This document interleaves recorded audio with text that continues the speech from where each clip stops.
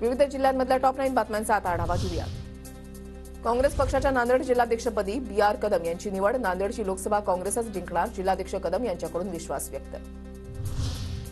गोंदियामध्ये खासदार सुनील मेंढे यांच्या समर्थनार्थ सोशल मीडियावर जोरदार मोहीम। तिकिटाची स्पर्धा आणखी तीव्र। स्थानिकांचा मुद्दा चर्चेत आल्यानं भाजपमध्ये गोंधळाची स्थिती।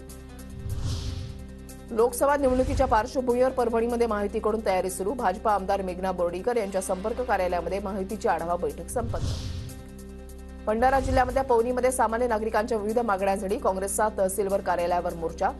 जिल्हाध्यक्ष मोहन पंचभाई यांच्या नेतृत्वामध्ये मोर्चाचं आयोजन। वाशिमच्या मानोरा तालुक्यामध्ये ज्वारी पीक वाचवण्यासाठी शेतकऱ्यांची धडपड। वन्यप्राणी आणि पक्ष्यांमुळे पिकाची नासाडी, शेतकरी हवालदिल। साताऱ्याच्या कराडमध्ये रस्ते विकासासाठी 230 कोटींचा निधी मंजूर। भाजपचे डॉक्टर अतुल भोसले यांच्या प्रयत्नांमुळे निधी मंजूर।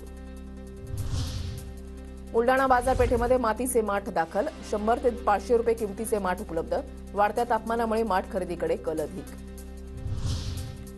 वाशिमच्या शिरपूर गावाजवळ अवैध दारू विक्री करणाऱ्या दुचाकीचा अपघात, एकाचा मृत्यू। दारू तस्करांवर कारवाई करण्याची नागरिकांची मागणी।